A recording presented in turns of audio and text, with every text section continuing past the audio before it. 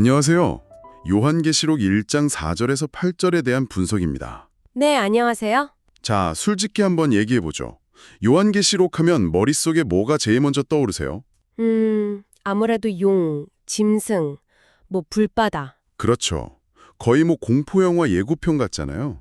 그런데 완전히 정반대의 주장을 하고 있어요. 아, 시작부터요? 네, 이 책의 첫인사, 이 서문이 사실은 은혜와 평강이라는 아주 평온한 메시지로 시작한다는 겁니다. 이거 굉장한 반전 아닌가요? 굉장한 반전이죠. 그리고 그게 바로 핵심입니다. 핵심이요? 네, 대부분 사람들이 계시록을 막 13장, 가장 극적인 장면부터 보려고 하거든요.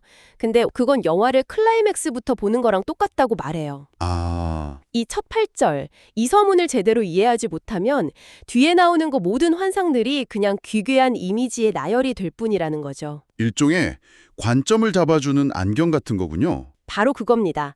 자, 앞으로 펼쳐질 모든 혼람을 바로 이 렌즈를 통해 보십시오. 라고 처음부터 딱 제시하고 시작하는 셈이죠. 알겠습니다. 그럼 그 렌즈를 한번 껴보죠. 4절이 이렇게 시작합니다.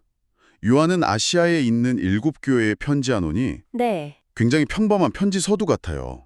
그런데 이 편지의 발신인이 요한 한 명이 아니라고 하더라고요. 그렇죠. 이건 마치 우편 배달부 이름만 보고 발신인이라고 착각하는 것과 같아요. 아, 요한은 메신저일 뿐이다. 네. 진짜 발신인은 삼위일체 하나님 자신입니다. 4절과 5절에 걸쳐서 성부, 성령, 성자 하나님이 순서대로 등장하죠. 와, 이것부터가 엄청난 선언이에요. 이 편지는 그냥 한 개인의 묵상이 아니라 온 우주를 다스리는 하나님의 공식 메시지라는 뜻이니까요. 로마 황제의 칙령과는 비교도 할 수 없는 권위를 처음부터 못 받고 시작하는 거군요. 바로 그겁니다. 그런데 성부 하나님을 묘사하는 표현이 참 독특해요. 이제도 계시고 전에도 계셨고 장차 오실리. 네, 그쵸. 제 머리는 당연히 과거, 현재, 미래 순서로 읽으려고 하는데 여기서는 현재, 과거, 미래 이 순서란 말이죠. 왜 굳이 순서를 이렇게 뒤섞었을까요? 아주 중요한 포인트를 짚으셨네요. 바로 그 뒤섞인 순서가 이 편지를 받는 사람들의 상황과 아주 직접적으로 연결된다고 설명해요. 당시 상황이요? 네, 당시 교회는 정말 극심한 박해 속에 있었어요. 고통의 시간이 길어지면 자연스럽게 하나님은 대체 어디 계신가? 이런 의심에 빠지기 쉽잖아요. 그렇죠. 지금 당장 힘드니까요. 바로 그들에게 아니 하나님은 과거에만 계셨던 분이 아니라 지금 바로 너희의 고통 한가운데서 역사를 통치하고 계신다. 이렇게 선포하는 겁니다. 아, 시작점을 현재에 찍음으로써 하나님의 임재가 그냥 교리가 아니라 지금 여기서 경험하는 현실이라는 걸. 그쵸. 강력하게 일깨워주는 거죠. 와, 순서 하나 바꿨을 뿐인데 메시지의 무게가 완전히 달라지네요. 네, 고통받는 사람에겐 그게 훨씬 더 큰 위로가 되니까요. 알겠습니다. 그럼 그 다음 발신인 그의 보좌 앞에 있는 7영은 뭔가요? 솔직히 저는 이 부분에서 딱 막혔어요. 성령은 한 분이신데 왜 7이라고 했을까? 많은 분들이 거기서 혼란을 느끼죠. 무슨 7천사 같은 다른 존재들인가 싶기도 하고요. 하지만 이게 성령이 7분이라는 뜻이 절대 아니라고 강조합니다. 그럼요. 성경에서 숫자 7은 완전함, 충만함을 상징하죠. 아, 완전수? 네. 그리고 이 편지를 받는 교회가 7교회인 것과 딱 연결이 됩니다. 즉 성령께서 7교회 각각의 그리고 시대를 넘어 모든 교회에 조금도 부족함 없이 완벽하고 충만하게 임재하신다는 의미죠. 아, 그러니까 7개로 나뉘었다는 게 아니라 오히려 완전하게 함께 하신다는 상징적인 표현이군요. 맞습니다. 그냥 성령이라고 쓰는 것보다 7영이라고 함으로써 흩어져 있는 모든 교회가 동등하게 성령의 완전한 돌보심 아래에 있다는 걸 시각적으로 보여주는 효과가 있는 거죠. 너희 모두와 충만하게 함께 계셔 라는 메시지네요. 네, 바로 그거죠. 자, 그리고 드디어 삼위일체 하나님의 마지막 주자 예수 그리스도가 등장합니다. 그런데 이름만 나오는 게 아니라 아주 긴 직함을 3개나 달고 나와요. 맞습니다. 이 3가지 직함이 앞으로 계시록 전체를 이해하는데 정말 결정적인 역할을 합니다. 첫 번째가 충성된 증인이네요. 네, 우리는 보통 예수를 우리가 증언해야 할 대상으로만 생각하잖아요. 그렇죠. 근데 이 직함은 예수님 자신이 바로 궁극적인 증인이심을 보여줍니다. 바로 하나님의 진리에 대한 증인이요. 아, 그분이 증언의 대상이자 증인 그 자체다. 맞습니다. 말로만 하신 게 아니라 십자가에서 죽기까지 그 진리를 삶으로 보여주셨죠. 그래서 그걸 교회가 따라야 할 증인의 삶의 원형이라고 말합니다. 우리도 삶으로 예수를 증언하는 사람들이라는 정체성을 여기서부터 확인시켜주는 거군요. 그렇죠. 두 번째 직함은 죽은 자들 가운데에서 먼저 나시니 이건 부활을 의미하는 거겠죠? 네, 그런데 그냥 부활했다는 사실 그 이상의 의미를 담고 있습니다. 어떤 의미죠? 먼저 나신 이라는 표현은 부활의 첫 열매라는 뜻이거든요. 첫 열매가 있다는 건 반드시 두 번째, 세 번째 열매가 뒤따라온다는 보증이잖아요. 아, 예수님의 부활이 그분 혼자만의 이벤트가 아니다. 바로 그겁니다. 그를 믿는 모든 사람들의 미래를 미리 보여준 사건이라는 거죠. 그래서 성도들의 진짜 소망은 죽음을 이기는 부활 그 자체에 있다는 걸 이 직함이 분명히 보여주는 거고요. 그렇군요. 우리 모두의 부활을 보증하는 첫 주자라는 의미군요. 네, 맞습니다. 자, 그리고 마지막 직함. 이건 당시 상황에선 정말 도발적으로 들렸을 것 같아요. 땅의 임금들의 머리. 그렇죠. 이건 뭐 대놓고 로마 황제에게 선전포고하는 것처럼 들릴 수 있죠. 당시 로마 황제는 스스로를 주님, 신이라고 부르면서 절대적인 숭배를 요구했잖아요. 네. 그런 세상 속에서 진짜 왕, 모든 왕들 위의 왕은 로마 황제가 아니라 바로 예수 그리스도다라고 선포하는 건 정말 목숨을 건 신앙 고백이었죠.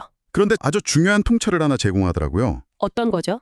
이게 그냥 반로마 선동문이 아니라는 거. 그보다 훨씬 더 근원적인 그리스도의 주권 선언문이라는 거죠. 아, 맞아요. 그 구분이 정말 중요합니다. 정치 체제를 바꾸는 게 목표가 아니라 이 세상의 진짜 통치자가 누구인지를 바로 알리는 데 목적이 있다는 말이죠. 오늘날에도 우리를 지배하려는 보이지 않는 권력들 앞에서 여전히 강력한 메시지네요. 자, 이 세 가지 엄청난 직참을 소개한 뒤에 편지의 분위기가 갑자기 확 바뀝니다. 찬양으로요. 네, 감격이 터져 나오는 거죠. 우리를 사랑하사 그의 피로 우리 죄에서 우리를 해방하시고 마치 앞에서 소개한 그분이 누구신지 깨닫자마자 경배하는 것 같아요. 바로 그겁니다. 이 찬양은 계시록의 핵심 질문, 우리는 누구를 경배해야 하는가? 그리고 이 세상을 진짜 다스리는 이는 누구인가에 대한 명확한 답변이에요. 그 답변의 근거가 바로 예수님이 우리를 위해 하신 세 가지 일에 있다는 거고요. 맞습니다. 첫째가 우리를 사랑하사. 여기서 저 흥미로운 문법 포인트를 짚어주는데요. 뭔가요? 사랑하사라는 이 단어만 현재 시제라는 겁니다. 뒤에 나오는 해방하시고 삼으시는 다 과거 시제인데 말이죠. 와, 정말요? 그건 그냥 지나쳤는데? 그럼 그게 무슨 의미죠? 하나님의 사랑이 십자가에서 끝난 과거의 사건이 아니라 지금 이 순간에도 계속되고 있는 현재 진행형의 사랑이라는 걸 강조하는 장치입니다. 아, 우리를 구원한 행동은 과거에 일어났지만 그 행동의 동기가 된 사랑은 지금도 계속 흐르고 있다. 와, 네. 그리고 그 사랑의 구체적인 표현이 두 번째 행동, 그의 피로 우리 죄에서 우리를 해방하시고입니다. 구원의 핵심이죠. 그렇죠. 구원의 방법이 우리의 노력이 아니라 전적으로 예수님의 희생에 있다는 걸 다시 한번 확인시켜 줍니다. 그리고 이 십자가의 은혜가 계시록에 나오는 모든 심판을 이해하는 출발점이 되어야 한다고 강조하더라고요. 맞아요. 심판은 이 은혜를 거절한 사람들에게 임하는 비극이라는 관점에서 봐야 한다는 거죠. 오늘 우리에게는 구체적으로 어떤 의미가 있을까요? 이건 구적시대 이스라엘 백성에게 주어졌던 약속의 성취입니다. 이제 예수님 안에서 우리 모두가 하나님의 통치를 받는 그분의 나라 백성이 됐다는 뜻이고요. 왕 같은 신분을 가졌다. 네, 동시에 우리는 제사장입니다. 제사장이 하나님과 세상을 연결하는 다리 역할을 하잖아요. 그렇죠. 우리도 하나님을 예배할 뿐만 아니라 세상에 하나님이 어떤 분이신지를 보여주고 그들을 하나님께로 인도할 사명을 받았다는 겁니다. 아, 그래서 핵심 통찰이 이거였군요. 교회는 종말의 구경꾼이나 피해자가 아니라 오히려 종말을 증언하는 공동체다. 네, 관점이 완전히 바뀌는 거죠. 우리는 무력한 피해자가 아니라 아주 주체적인 역할을 맡은 겁니다. 와, 정말 엄청난 정체성이네요. 자, 이렇게 우리의 정체성을 확인시켜준 뒤에 드디어 7절에서 우리가 아는 바로 그 구절이 등장합니다. 네, 그 유명한 구절이죠. 볼지어다 그가 구름을 타고 오시리라. 이 구절을 계시록 전체 심판 환상의 요약 예고편이라고 부르더라고요. 아주 적절한 표현입니다. 이 짧은 한 구절에 앞으로 나올 내용의 핵심이 다 담겨 있어요. 여기서 예수님의 재림에 대한 몇 가지 특징을 알 수 있겠네요. 네. 첫째, 구름을 타고 오신다와 각 사람의 눈이 그를 보겠다는 표현. 이건 재림이 무슨 비밀 조직에만 알려지는 은밀한 사건이 아니라는 겁니다. 아, 모두가 다 보게 된다. 그렇죠. 모든 인류가 동시에 목격하게 될 공개적이고 우주적인 사건이라는 걸 분명히 하죠. 숨을 수도 못 본 척할 수도 없다는 겁니다. 그렇다면 그를 찌른 자들도 볼 것이요 땅에 있는 모든 족속이 그로 말미암아 애곡하리니 이 부분은 어떻게 이해해야 할까요? 여기서 애곡한다는 건 슬퍼서 우는 건가요? 여기서의 애곡은 회개의 눈물이 아닙니다. 이건 피할 수 없는 심판 앞에서 아, 이제 정말 끝이구나 하면서 느끼는 완전한 절망과 공포의 통곡을 의미합니다. 공포의 통곡이요? 네. 그를 찌른 자들은 넓게는 그를 거부한 모든 인류를 상징하고요.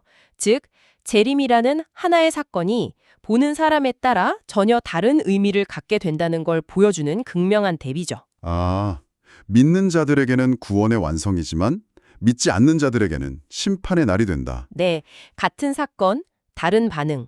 재림의 두 얼굴을 명확하게 보여주는 겁니다. 그리고 이 서론의 대미를 장식하는 건 다름 아닌 하나님 자신의 직접적인 음성입니다.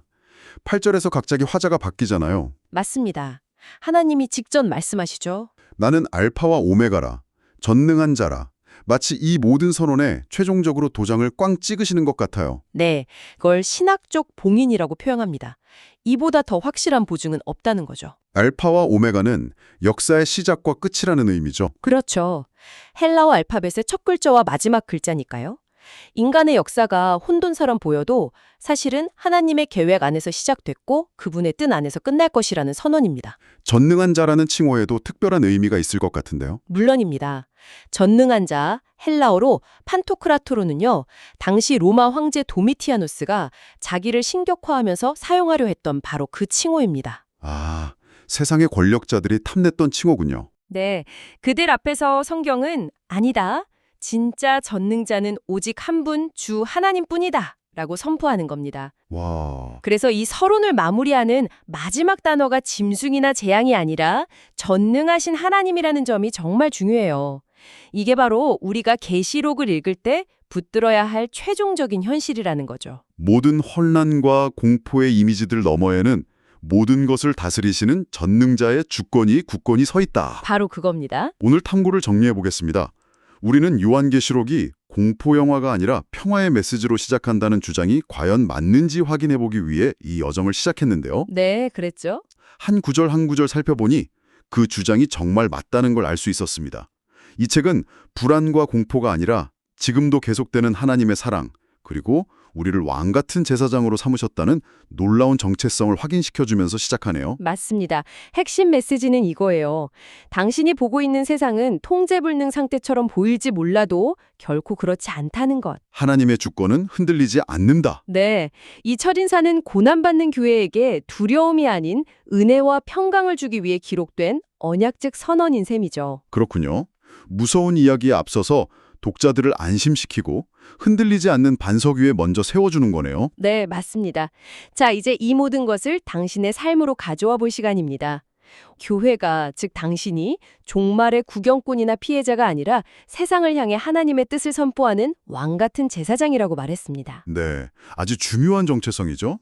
한번 깊이 생각해 보시는 건 어떨까요?